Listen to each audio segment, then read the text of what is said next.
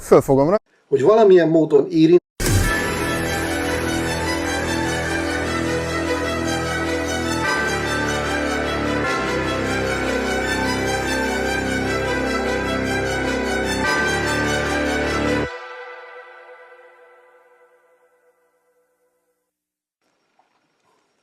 Szeretettel köszöntelek. Kérlek, hallgassd meg az alábbi pár perces ismertetőmet, mert több százezer ember élete most a tét. Egyedül tőled függ, hogy meg tudod-e menteni őket vagy sem. Kérlek, hogy a legjobb tudásod szerint a legtöbbet tegyél meg a megmentésük érdekében, és ezt folytasd mindaddig, amíg a kellő változás be nem következik. 3 évvel ezelőtt mentem nyugdíjba, és amíg dolgoztam, a Tiszántúli Vízügyi Igazgatóság vízhasznosítási csoportját vezettem. A Tiszántúl egy jelentős részének felszíni vizekből történő mezőgazdasági és ipari vízellátásáért feleltem. Így történt meg, hogy évekkel ezelőtt az Országos Vízügyi Főigazgatóságtól engem kerestek meg telefonon, és tájékoztatást kértek, hogy a debreceni reptér és Mikepércs között építendő akkumulátorgyár vízellátásához honnan tudnánk biztosítani 330 liter per szekundum 24 órás folyamatos vízsugarat. Ez gyakorlatilag 3 másodpercenként 1 köbméter víz szükségletét jelenti a nap 24 órájában. Azt válaszoltam, hogy a keleti főcsatornában még van ennyi szabad kapacitás, és a balmazújvárosi szivattyútelepünktől egy 25 kilométeres csővezeték megépítésével ez megoldható.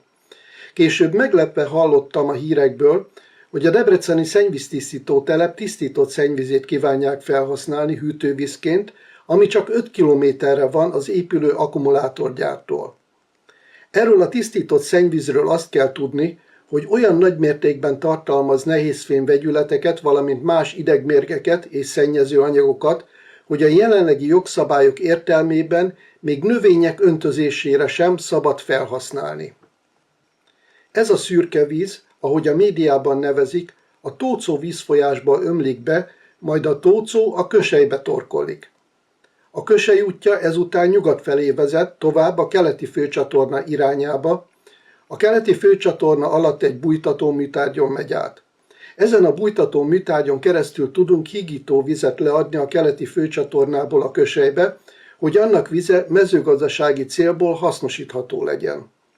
Azon az 50 kilométeres szakaszon, amíg a Kösely el nem éri a keleti főcsatornát, sem én, sem az elődeim soha nem engedték meg az öntözést a Köselyből, mivel ez a víz szennyezettsége miatt a jogszabályok szerint még növényekre sem öntözhető ki. Később hivatalból megkaptam az építendő akkumulátorgyár környezetvédelmi hatástanulmányát. Ebből tudom, hogy az igényelt vizet hűtésre kívánják felhasználni, melynek során annak 80%-át a levegőbe párologtatják gőz formájában. Kevesen tudják, de 1 liter vízből körülbelül 1750 liter gőz keletkezik.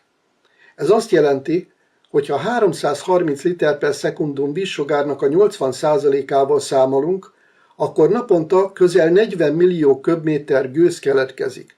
Ez olyan sok, hogy még elképzelni is nehéz. Ez azt jelenti, hogy Debrecent és környékét folyamatosan egy mérgező gőzpára fogja borítani, és ha nem fúj a szél, akkor ez napról napra csak halmozódik. A problémát tovább fokozza, hogy az akkumulátorgyár a kadmiummal erősen szennyezett technológiai szennyvizét a városi szennyvízhálózatba kívánja bevezetni. A debreceni szennyvíztisztító telep nem alkalmas a nehézfém vegyületek és más idegmérgek eltávolítására. Egy mechanikai szűrőt és egy dortípusú eleveniszapos ülepítőt használnak. Az eleveniszap lebontja a szerves anyagokat, a szervetleneket viszont nem képes eltávolítani, és az egy az egybe megy a szürke vízbe. A nehézfém vegyületekkel az a gond, hogy ha bejutnak a szervezetbe, akkor soha nem tudnak kiürülni, és csak halmozódnak. Ha gyomorba jutnak a nehézfém vegyületek, akkor idegrendszeri károsodásokat, súlyos szervi elváltozásokat, mozgásszervi problémákat, vakságot és az agysejtek elhalását, valamint torszülött csecsemők születését idézik elő. Ha közvetlen a tüdőbe kerülnek ezek a nehéz fémvegyületek, akkor 100-szor veszélyesebbek, és egyből tüdőrákot okoznak. Először nagy valószínűséggel a gyerekek fognak meghalni, hiszen ők szaladgálnak kinn a szabadban, és immunrendszerük sem olyan erős, mint a felnőtteké. Tüdőrákban meghalni annyit jelent, mint iszonyatos kínok között lassan, hónapok alatt megfulladni.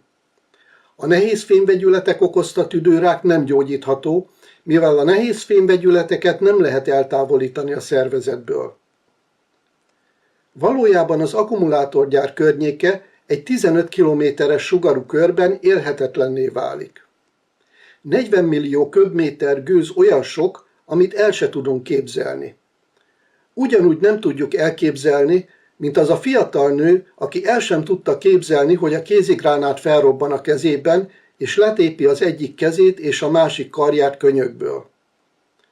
Sohasem fogja tudni már a saját fenekét se kitörölni.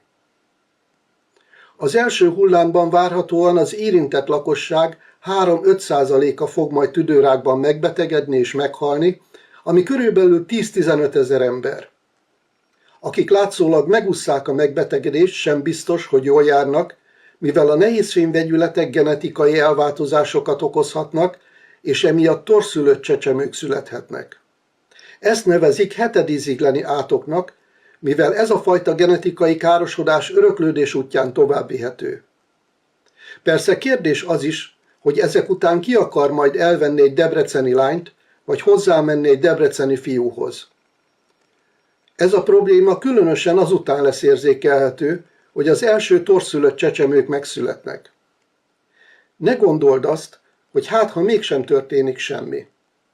Ezek mind kiszámítható események, és annyira biztosan bekövetkeznek, mint ahogyha kihúzzuk egy kézigránát biztosítószögét, akkor biztosan lehetünk benne, hogy az fel is fog robbanni. Napi 40 millió köbméter mérgező gőzt nem lehet megúszni.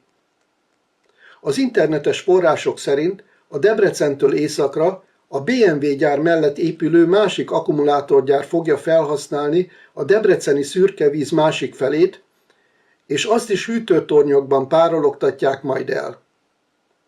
Így a debrecenieknek teljesen mindegy lesz, hogy délről vagy északról fúj majd a szél, a napi mérgező gőz adagját mindenképpen meg fogja kapni a város. Nagy valószínűséggel az első pár ezres megbetegedés és halál után ki fog törni majd a pánik, hiszen több százezer ember nem tud majd hirtelen csak úgy elköltözni. Ha kitör a pánik, akkor viszont megszűnik a törvényesség, és az emberek kegyetlen bosszút fognak állni mindazokon, akikről úgy gondolják, hogy valamilyen módon érintettek és felelősek a szeretteik haláláért. Ilyen körülmények között az olyan intézmények, mint például a Debreceni Egyetem is működésképtelenné fog válni, hiszen ki akar majd egy mérgező levegőjű városban tanulni. Szándékosan csak a szürkevíz veszélyéről beszélek. Említhetném még a környezetvédelmi hatástanulmány azon részét, ahol azt taglalják, hogy a technológiából adódóan tervezetten mennyi kadmium kerül majd évente a levegőbe. Ezt azért nem teszem, mert bármikor kihúzhatják ezt a fejezetet a környezetvédelmi hatástanulmányból téves adatra hivatkozva.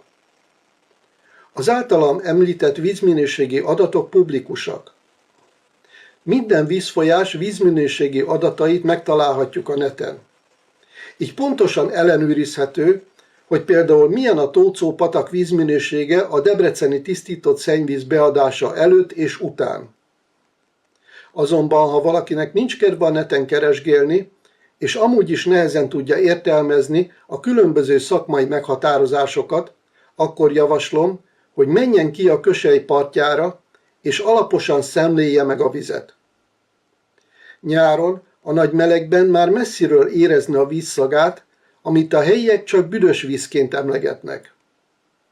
Ott állva a parton gondolkozzon el rajta, hogy ezt a büdös vizet akarja élete végéig gőzformájában inhalálni.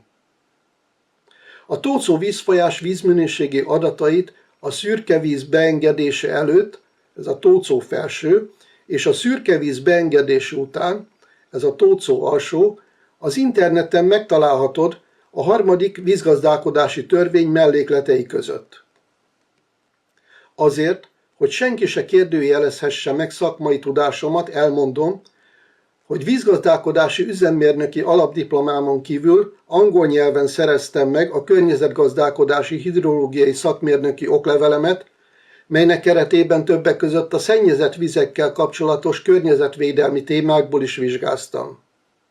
Ezen kívül térinformatikai szakmérnöki, hazai és nemzetközi diplomát is szereztem, amely igazolja, hogy értek a térben lefolyó természeti folyamatok, mint például a gőz levegőben történő mozgásának számítógépes modellezéséhez.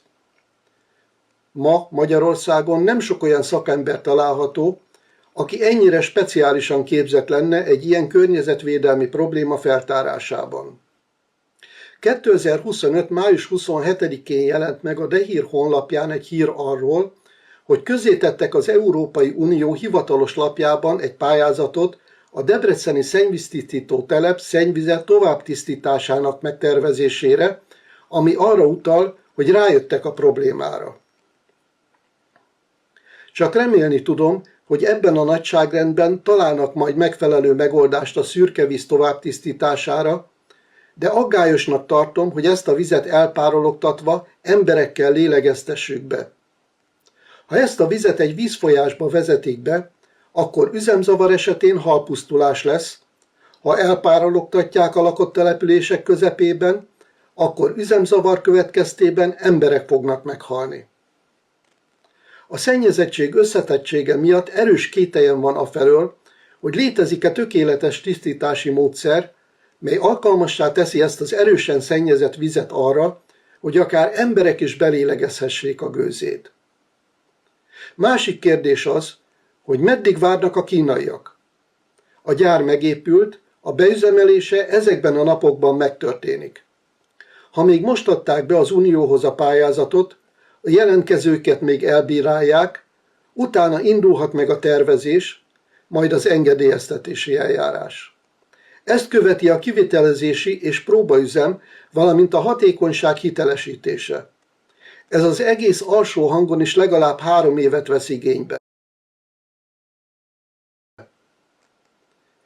Mi lesz addig a 15 kilométeres hatóterületen belül élő lakossággal?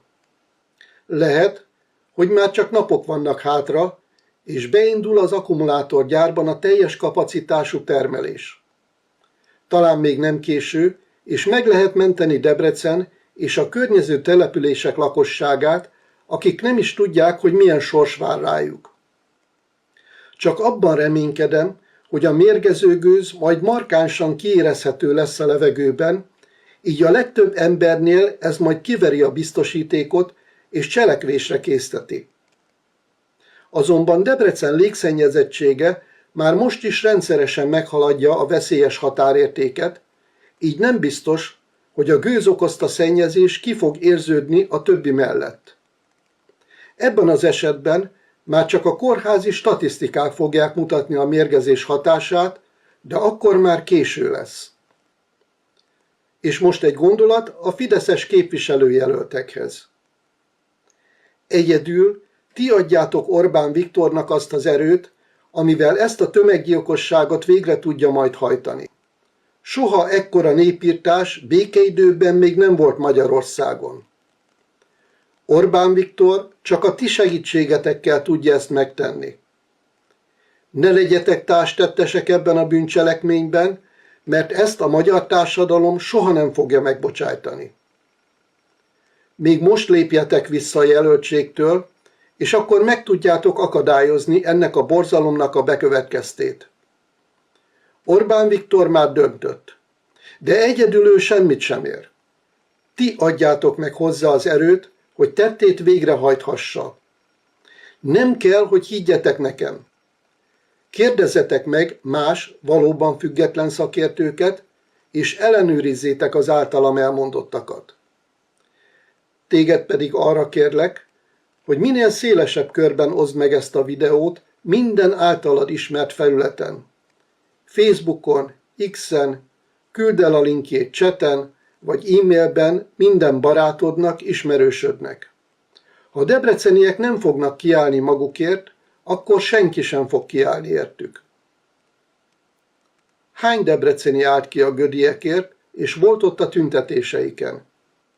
A debreceni katasztrófa sokkal durvább lesz, mint a Gödön történt. Miért gondoljátok, debreceniek, hogy bárki is kiáll majd mellettetek?